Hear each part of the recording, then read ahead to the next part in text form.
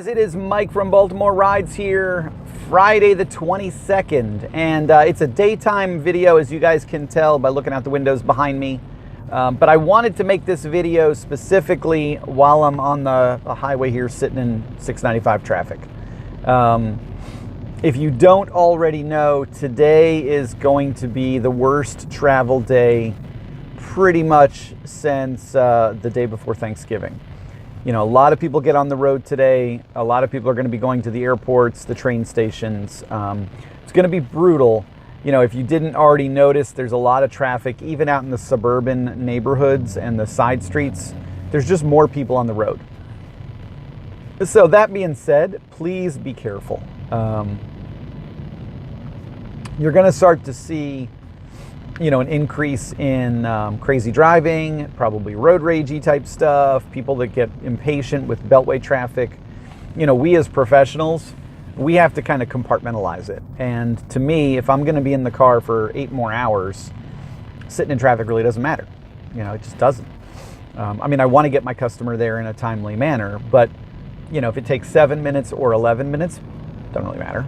I don't really care. So there's no reason to stress out. You know, if you get caught in traffic or in a bad neighborhood where there's construction or what, you know, stuff happens. It's not the end of the world. You know, customers, they get road ragey, they get impatient, they want to get home, they want to get, you know, out of their work clothes and into their pajamas or whatever. But, you know, for us, our work day is, you know, it's a work day. We're in our car, we're on shift, we're doing our thing.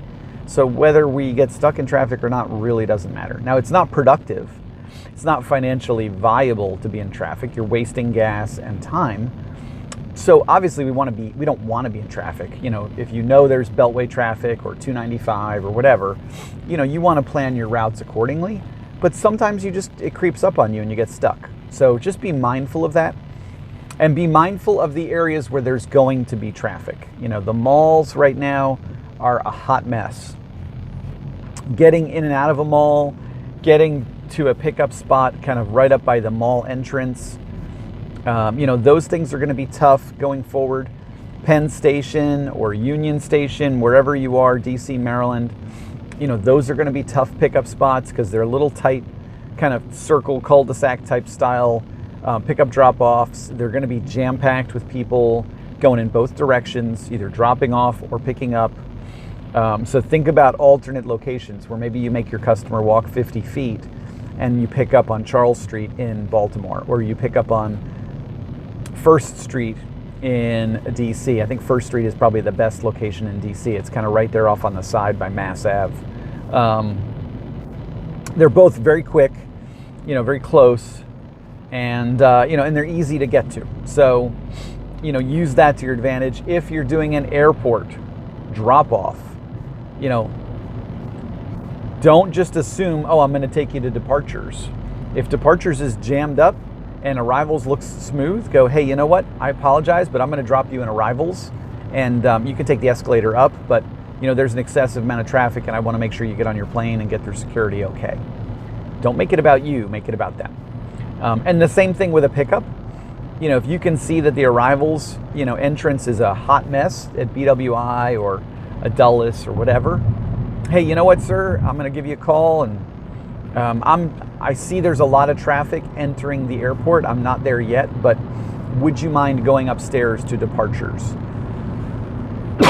so that I don't have to make you wait while I maneuver through bumper-to-bumper traffic to pick you up? A lot of customers will say, sure, because they'll appreciate you calling them and giving them that option. Now, if it's some little old lady with 42 bags and a poodle, she may not want to schlep all of her stuff upstairs, but the average traveler is probably going to be down with that. So be strategic. Don't have a problem calling your people. You know, if you have a pickup that's in the city and it's in a tough location, and this is kind of off topic for the holidays, but it's on topic in general. You know, I have no problem with calling people and saying, hey, can you cross the street? I'm on a one-way street,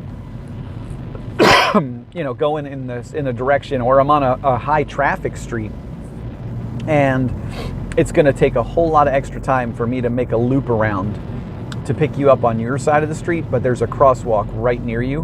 would you mind going over across the crosswalk and I'll meet you on the other side? And if you communicate it and you explain to them why and you give them a valid reason that makes sense, I'm coming up Connecticut from this direction and there's a lot of traffic right now, so can you please cross over and I'll meet you at the intersection of Connecticut and whatever, Stepford or whatever that road is that I like to pick people up at near the zoo. So just talk it through though with them and give them the choice before you get there. Don't pull up on the other side of the street and say, hey, I'm across the street. I mean, I do that too, but you only want to do that when you have to. If it's 11 o'clock at night and there's no traffic, then you need to just make a U-turn and you need to turn around. But in rush hour or on a busy day like today, you may not have all those options, and something as simple as making a side street turnaround and then coming back down a main road from the other direction could take an extra 10 to 15 minutes. So is it worthwhile for you to do that, or is it just worthwhile for you to call your customer and say, hey, given the direction I was coming from and where I am and the amount of traffic, I'm going to pick you up on the other side of the street. Can you please walk over? So that I don't make you wait an extra 10 or 15 minutes. Talk it through. And then lastly, guys, and this is again off topic but on topic, a lot of people going to holiday parties, a lot of kids going out drinking right now, the ones that did not go home from college or maybe they live locally, they're partying because they know they're out of class for the next 2-3 weeks. College kids are very adept, very experienced at manipulating the Uber and Lyft systems.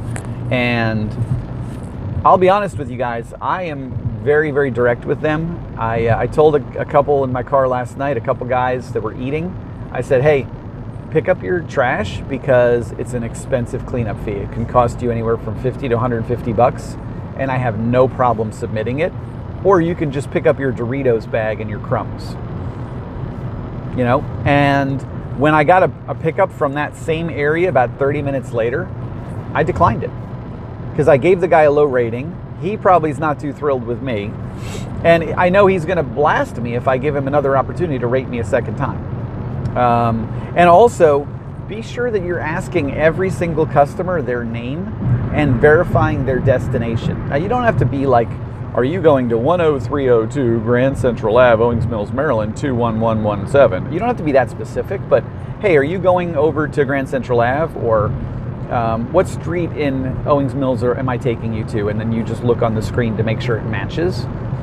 Because last night I had, again, drunk teenagers or drunk college students, whatever, who put in I gave them a ride to right where they wanted to go, and then they claimed that I was I picked up the wrong rider.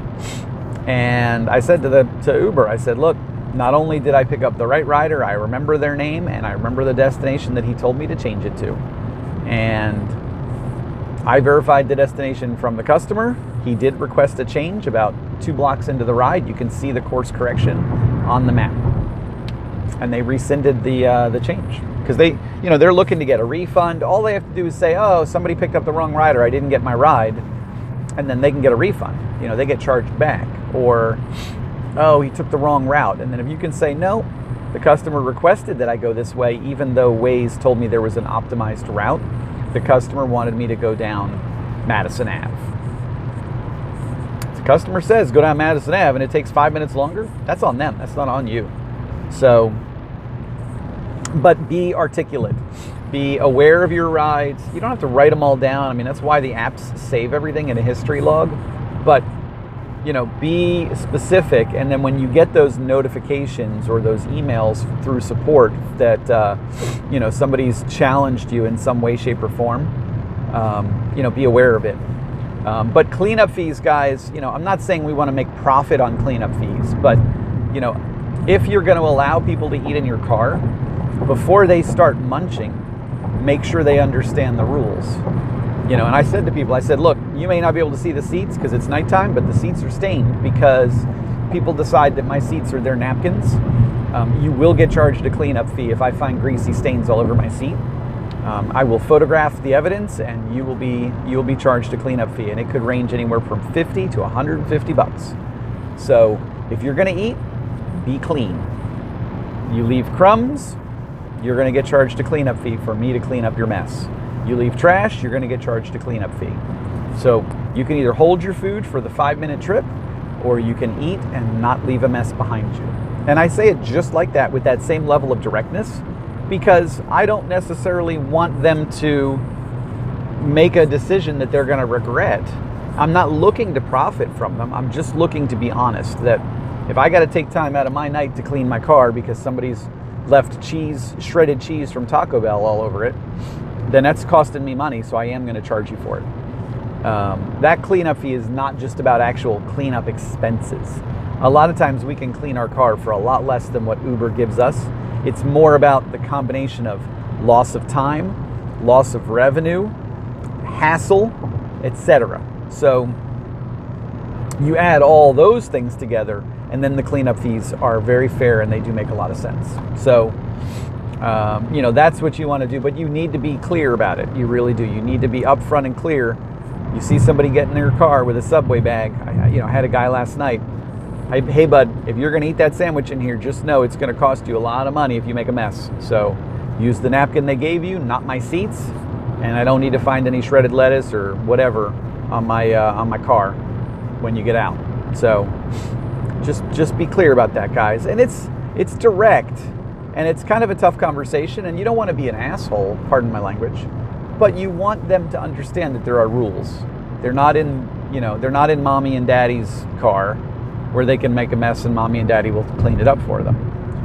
Because that's not our job. And it's really only the 20-somethings and teenagers that do this shit. It really is. I think it's a generational thing that they've just grown up thinking that they can get away with whatever they want, and someone's going to come behind them and clean up their messes for them. And that's a sad thing to say, guys. I mean, I'm kind of an old guy. I mean, you can see I got the gray beard and all, but I would have never been allowed to leave a mess in my dad's car. I would have gotten beat across the room if I got out of my dad's car and left a mess in there. He would have freaked out. And I knew, maybe one time I made that mistake of leaving a mess, and I got it. And from that point on, I knew, okay, I respect my dad's car because he respects it, and because I'm gonna get my ass whooped if I don't. So, we have to find a somewhat politically correct way to convey that same message, so that people don't walk all over us. So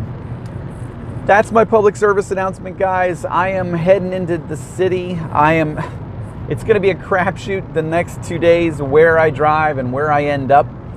I don't think Towson's productive until maybe late tonight. I'm going to try Baltimore and try and see if I can catch what I consider to be an early rush hour. And then, God forbid, I end up at the airport. I don't think the airport is viable today. I think it's going to be ridiculously long queues. I think there's going to be a ton of traffic getting in and out of the terminal. I think Penn Station is going to be a much better option. So we'll see what happens there, guys. I will let you know later on tonight how I turn out. Later, guys. Bye.